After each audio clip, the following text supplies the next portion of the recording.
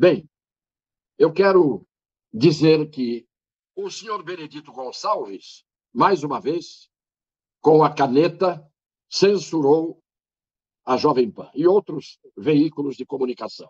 Isto é, estamos em pleno regime de exceção. Nós estamos realmente vivendo, já sabemos disso há muito tempo, um momento em que caminhamos a passos largos para uma ditadura. Porque aqui eu não tenho meias palavras. O máximo que pode acontecer é me prenderem, tirarem as minhas plataformas do ar, mas se eu for ter medo de que isso aconteça, eu sou cúmplice desse silêncio atemorizado de muita gente. O que eu vou falar é que eu vi um período de ditadura em que o jornal Estado de São Paulo era obrigado a não publicar notícias, e no lugar das notícias, ele publicava versos do poeta Luiz de Camões. O Jornal da Tarde, mais moderno, mais novo, fundado muito depois do Estadão, evidente, publicava receitas de bolo nos lugares das notícias censuradas. Já a Folha de São Paulo, cujo proprietário era o senhor Otávio Frias de Oliveira, que era totalmente, desde o início, e continuou sendo depois, a favor do regime excepcional, a Folha de São Paulo não tinha preocupação de fazer publicações nem de receitas de bolo, nem de poemas de quem quer que fosse, porque a Folha de São Paulo era do sistema. Hoje, a situação da Folha de São Paulo é outra. Ela entrou na posição da ignomínia, do morticínio do jornalismo brasileiro. É uma das autoras desse extermínio do jornalismo brasileiro.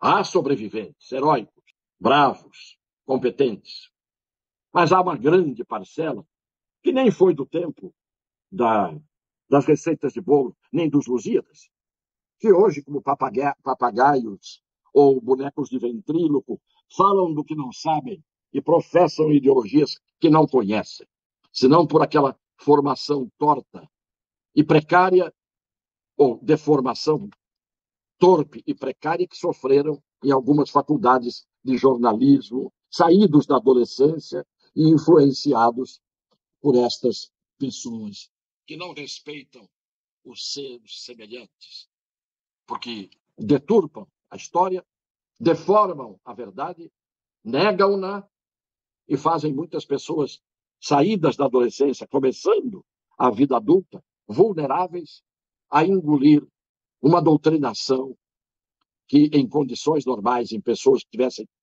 já uma idade adulta e um nível cultural sólido, essas doutrinações serviriam como um tóxico que causa vomitório. Seriam vomitórios que causam vômito, melhor dizendo.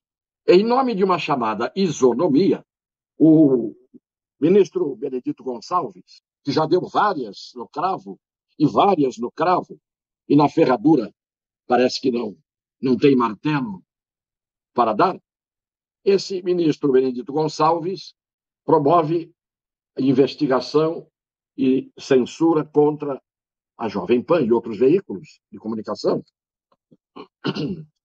em nome da quebra da isonomia. Isto é, a alegação é de que a isonomia não está sendo obedecida. A Jovem Pan é acusada de praticar a não isonomia, dando mais espaço e falando bem mais do senhor Jair Bolsonaro do que do senhor Luiz Inácio da Silva. Em nome deste tratamento que seria desigual e, portanto, quebraria a isonomia, a Jovem Pan é colocada sob censura. A censura da caneta. A censura da caneta hoje é uma modalidade nova de censura, porque normalmente as ditaduras começavam com as rima, baionetas. As ditaduras começavam com as baionetas. Hoje começam com as canetas. Mas ninguém pode dizer que as coisas não terminem em baionetas, porque ninguém é obrigado a submeter-se à censura. O que a Constituição diz é: não haverá nenhuma forma de censura. E a Constituição ainda é vigente no Brasil, apesar de estar quase revogada pelos tribunais superiores, estar quase derrogada, que é pior do que revogada, pelos tribunais superiores. Então, a verdade é, se admitirmos que a Jovem Pan fale bem ou menos mal do Jair Messias Bolsonaro e fale determinadas verdades que são fatuais, de fatos que existiram e que existem. Que critério tem o senhor Benedito Gonçalves e o tribunal que endossa o que ele faz? Que critério tem para não fazer a mesma coisa com a Globo News? Ou a Globo News é isenta? Ou a Globo News é imparcial? A Rede Globo de televisão é sinônimo de jornalismo impecável? Sabe qual é a diferença entre a Jovem Pan e a Rede Globo de televisão?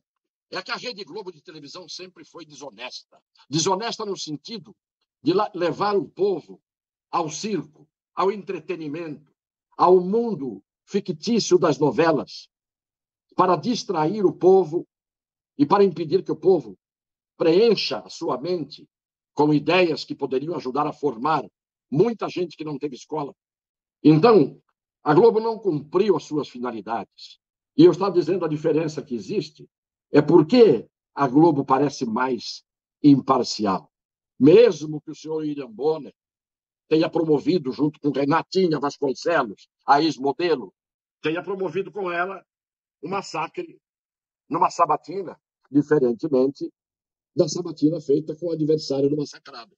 Então, o problema é, a Globo tem uma quantidade, tem um elenco muito grande, que se reveza nas opiniões diretas ou subliminares, ou subrepetícias. A Globo tem muita gente para falar, se revezando alternativamente.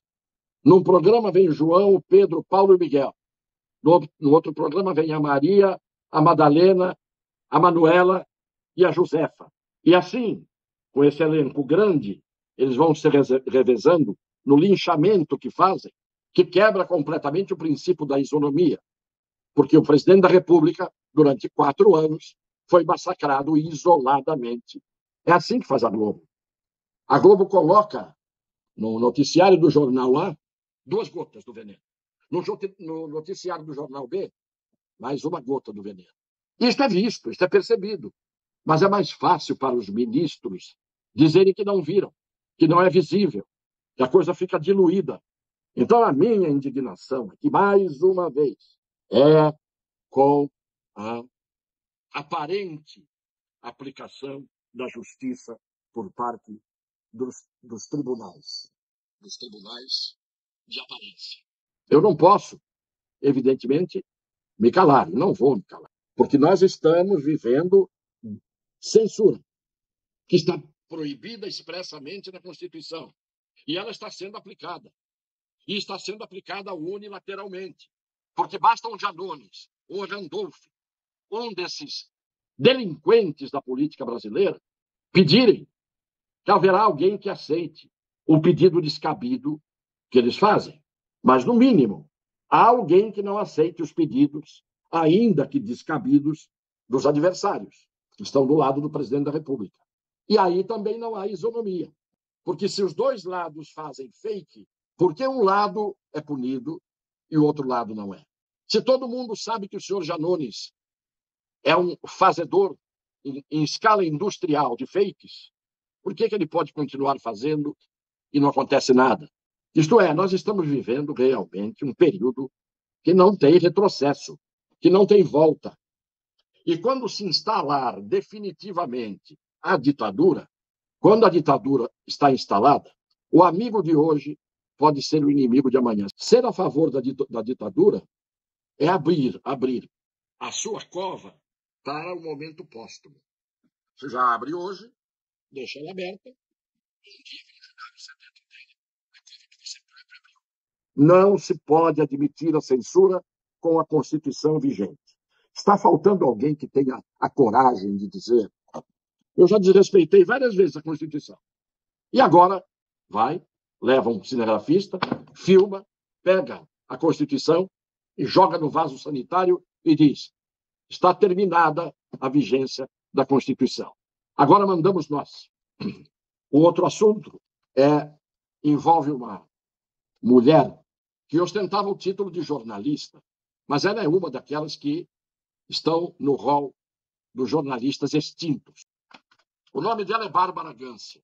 Bárbara Gância, que tem hoje 65 anos de idade, que é casada, a Bárbara Gância, com Marcela de Castro Bastos, que é filha do ex-ministro da Justiça do governo do Luiz Inácio Márcio Tomás Bastos.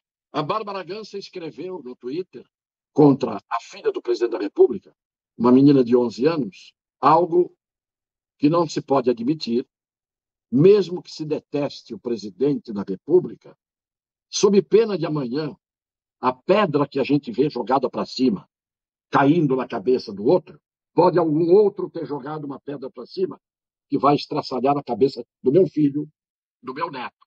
Ela praticamente chamou, pela forma de se vestir, a filha do presidente da República, que não tinha nada com história nenhuma, de prostituta.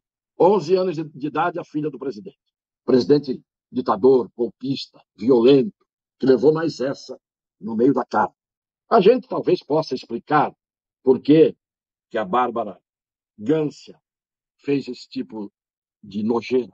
Porque ela mesma escreveu um livro chamado A Saideira, que ela conta a trajetória de 30 anos de luta para vencer a condição de alcoólatra. Muitos lutaram e conseguiram vencer essa condição. Muitos, ao contrário, até, além de serem alcoólatras durante muito tempo, se libertaram e foram ajudar outros alcoólatras a saírem desse flagelo. Pessoas de extremo valor. Mas no caso dela, ela parece ter ódio da própria identidade. Ela mal, talvez, consiga definir. Tem essa trajetória de 30 anos, ela tem 65 anos. Vejam quantos anos da vida dela ela viveu como uma pessoa alcoolizada. Agora, no caso dela, não deve ter se curado. Ou há dentro dela uma alcoólatra moral que não é capaz de segurar, muitas vezes, a língua e muitas vezes os dedos do teclado para atingir de forma sórdida uma criança de 11 anos, e vejam até onde vai o ódio de determinadas pessoas nos tempos de hoje, nos tempos de sempre. Era o que eu queria dizer. Eu não poderia deixar de fazer esse registro da atitude infame da Bárbara, e fica por isso mesmo. Não saiu ninguém das feministas de plantão em defesa da menina de 11 anos, filha do presidente da República.